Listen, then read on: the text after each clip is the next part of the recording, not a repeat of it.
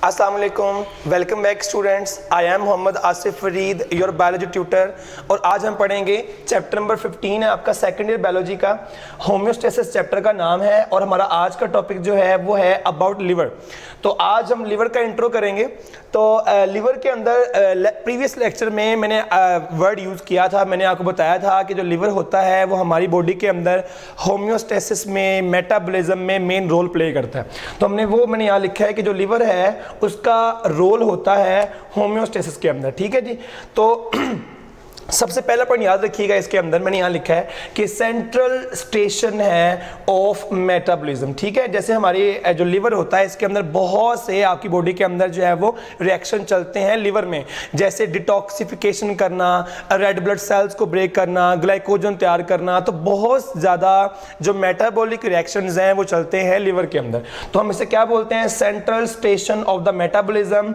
और इसी को हम बोलते हैं कि सेंट्रल मेटाबॉलिक क्लियरिंग हाउस है। जैसे मैंने आपको बताया कि आपकी बॉडी के अंदर जो आरबीसीज है, जो रेड ब्लड सेल्स हैं, वो डिकम्पोज होते हैं लिवर के अंदर। तो ये भी काम करेगा। तो क्योंकि ये जो है आपके पास वो मेटाबॉलिक को क्लियर कर रहा है, जैसे डिटॉक्सिफाई करना, जो भी टॉक्सिन्स आपकी फूड में होते हैं तो लिवर जो है उसे डिटॉक्सिफाई करेगा। तो इसलिए हम ये वर्ड इसके लिए जो है वो यूज कर रहे हैं।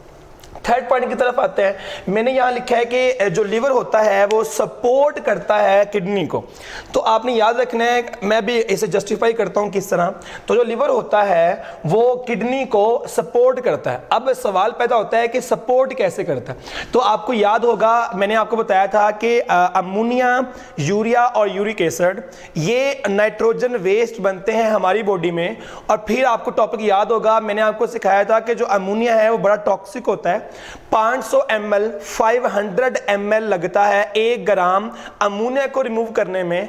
तो मैंने कहा था कि जो ह्यूमंस हैं हम इतना पानी अफोर्ड नहीं कर सकते अमोनिया को रिमूव करने के लिए। तो हमें क्या करना पड़ेगा? हमें हाईली टॉक्सिक अमोनिया को चेंज करना पड़ेगा लेस टॉक्सिक यूरिया में। और आप जानते हैं कि यूरिया में चेंज क्यों कर रहे हैं? क्योंकि यूरिया में चेंज करने से, यूरिया को बॉडी में रिमूव करने के लिए 50 ml वाटर लगता है 1 ग्राम रिमूव करने के लिए।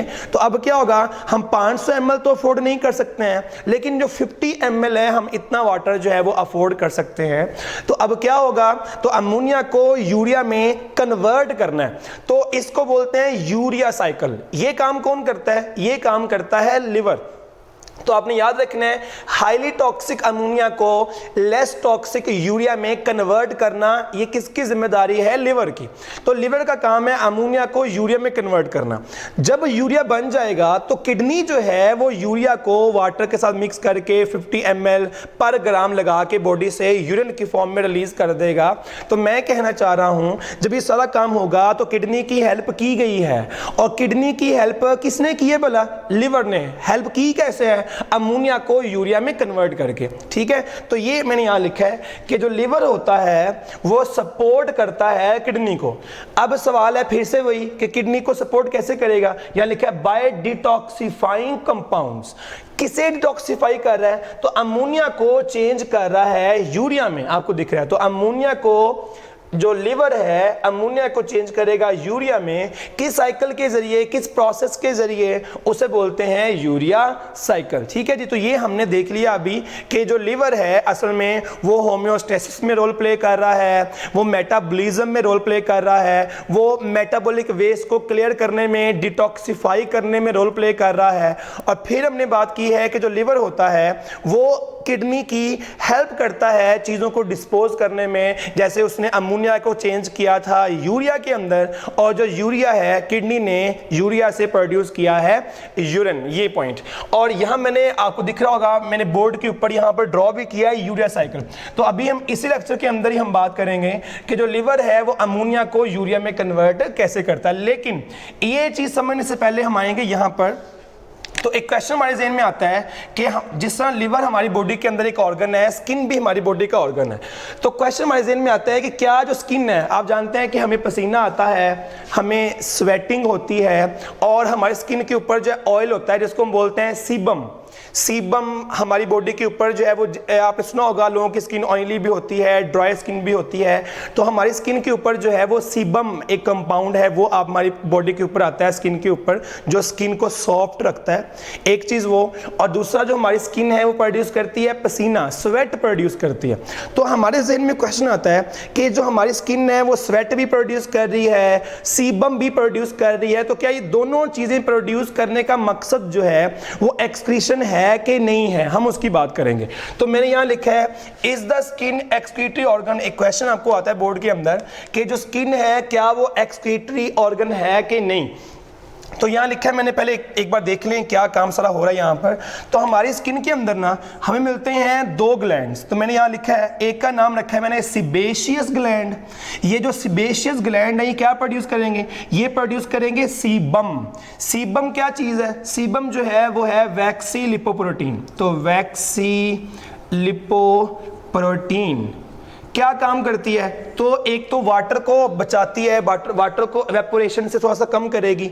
दूसरा काम क्या होता है इसका, प्रोटेक्शन, जो मेन इसका काम है वो है प्रोटेक्शन फ्रॉम द माइक्रोब। कोई बैक्टीरिया, कोई वायरस आपकी स्किन को पेनिट्रेट नहीं कर सकता, तो माइक्रोब से प्रोटेक्ट कर रही है आपकी स्किन को। तो मैं कहना चाह रहा हूं कि हमारी स्किन के अंदर जो सेबेशियस ग्लैंड है जो सीबम को प्रोड्यूस कर रहे हैं, उसका पर्पस क्या है भला, उसका पर्पस ये है प्रोटेक्शन फ्रॉम द माइक्रोब्स। तो आपको आइडिया हो गया कि जो सीबम है ना वो एक्सक्रीशन में रोल प्ले नहीं कर रहा। क्या कर रहा है भला, वो सिर्फ और सिर्फ माइक्रोब से प्रोटेक्ट कर रहा है। तो स्किन जो है, स्किन के अंदर सीबम का होना वो एक्सक्रीशन के लिए नहीं है।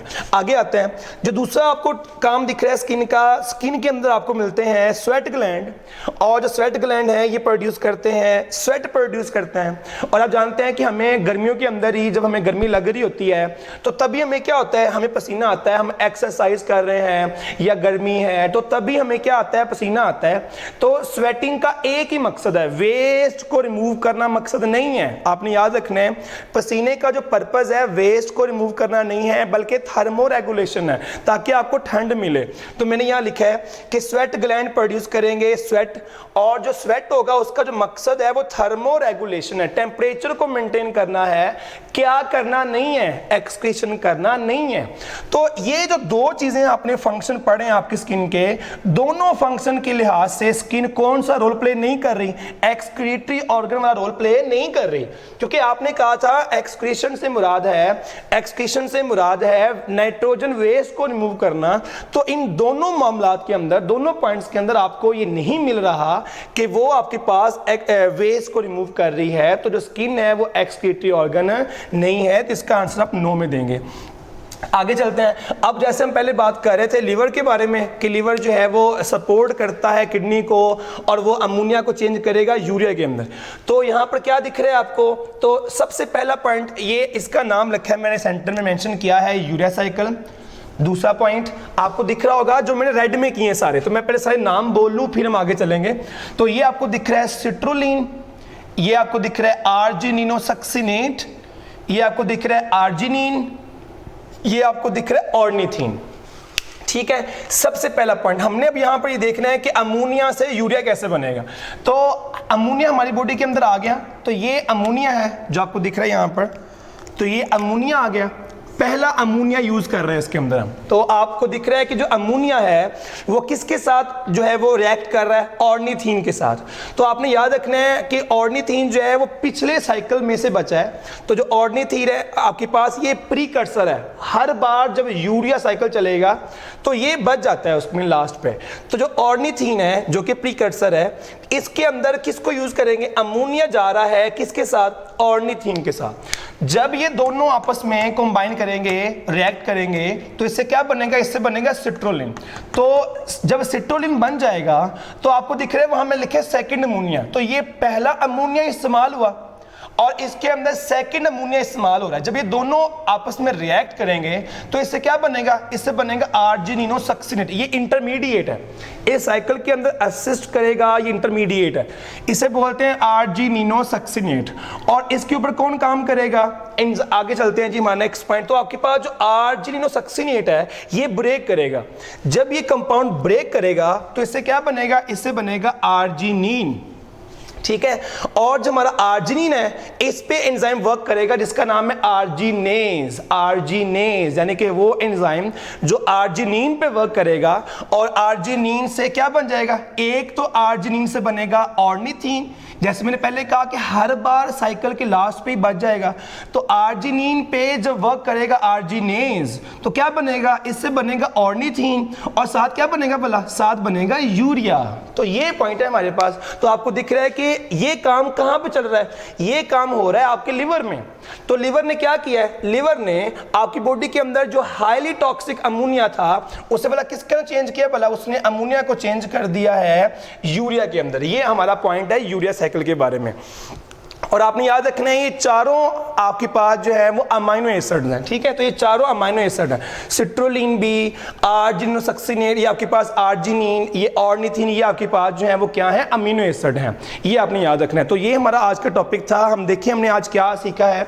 हमने टॉपिक शुरू किया था लिवर के साथ कि जो लिवर है उसका रोल किसके अंदर है, होम्योस्टेसिस में। तो मैंने यहाँ लिखा कि ये स्टेशन है मेटाबॉलिज्म का, ये कंट्रोल करता है, मेटाबॉलिक क्लियरिंग हाउस है। फिर हमने बात की लिवर के अंदर कि ये सपोर्ट करता है किडनी को, कैसे मैंने आपको बता दिया। फिर हमने क्या सीखा कि क्या जो स्किन है उसका रोल एक्सक्रीशन में है कि नहीं। तो मैंने आपको समझा दिया सारा ये वाला कि जो स्किन होता है उसका काम एक्सक्रीशन में नहीं है। और हमने लास्ट पे क्या सीखा कि कैसे वर्क करता है यूरिया साइकिल। तो आप जानते हैं कि सिट्रोलिन भी अमीनो एसिड है, ऑर्निथिन भी अमीनो एसिड है, आर्जिनिन भी अमीनो एसिड है। तो ये आपके पास एक इंटरमीडिएट है इस साइकिल के अंदर। फिर आपने याद रखना है कि ये जो आपके पास अमीनो एसिड हैं ये सारे के सारे प्रोटीन के अंदर वाले अमीनो एसिड नहीं है। आप जानते हैं कि 20 टाइप्स के अमीनो एसिड जो हैं हमारी बॉडी यूज करती है टू प्रोड्यूस द प्रोटीन्स, लेकिन जो आपके पास ऑर्निथीन है ना ये नॉन प्रोटीनोजेनिक अमीनो एसिड है। क्या वर्ड यूज किया है मैंने, ये जो हमारे पास ऑर्निथीन है ये नॉन प्रोटीनोजेनिक अमीनो एसिड है, ये प्रोटीन तैयार करने में इन्वॉल्व नहीं है। तो ये हमारा आज का टॉपिक था। That was all about my today lecture. Wish you all the best. Allah Hafiz.